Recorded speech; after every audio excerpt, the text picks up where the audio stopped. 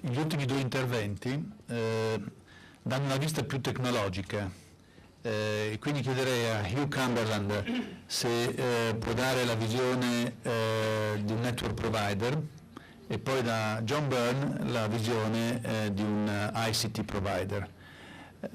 Chiederei a entrambi di essere sintetici nella loro illustrazione. Grazie.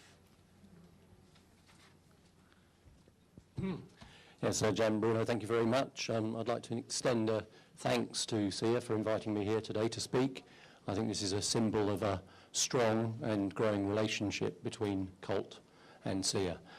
I'd also like to say that, well, a couple of apologies. First of all, I apologise that I don't speak the beautiful Italian language. Maybe if I come back next year I will have learnt. I'll try my best. And my second apology is that in the UK we don't eat many tomatoes, which is probably, this is probably why we've left the T2S project. We didn't realise until recently that the T stood for tomatoes. Okay.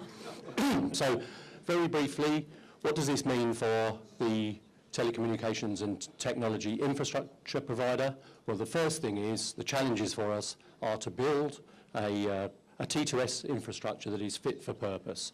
And as Jan Bruno mentioned, there is an RFP in progress which we are responding to. It's important that that's built at the right price, because one of the big factors for T2S success is bringing prices down. But it's not a trivial matter.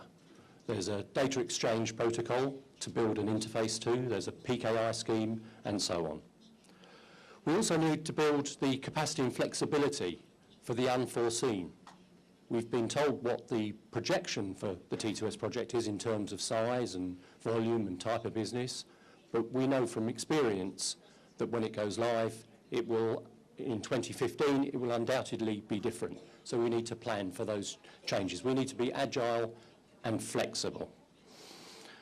And then we've got to take the solution out and sell it to the marketplace, to sell it to the whole of Europe, all the way from the tip of Spain up through to the Nordics. We have to have a sales force that's capable of going out and marketing and selling this to the customers. I saw it in the UK, in Crest, in 1995, when it was just one country. So it's going to be a bigger task. But this does lead us to some opportunities. So the first opportunity we can look at is what could we, if we can sign up a T2S customer to use our service, if we were lucky enough to win a T2S license. We could look at selling those T2S customers additional services in conjunction with the T2S platform. It's a narrow opportunity, but it's an opportunity. Then we can sell those T2S customers additional services for other purposes, maybe to talk to their customers as well. And going on from that, there's a big world outside T2S as well. We could look at selling T2S and non-T2S customers other services in the area of clearing and CCPs. We know OTC derivatives are going to move onto exchanges. That's likely to create new kinds of business for us. There's going to be more regulatory and compliance oversight. Again, good for us, more messaging. There's treasury, there's trade, there's corporates as well with financial supply chain, for instance, and the big world of payments, which is going to be interesting for us. So in summary, there are some challenges for organisations like COLT, and we don't yet know whether we're going to be given those challenges to answer by the T2S project. We certainly hope so, but along with those challenges come opportunities. Thank you.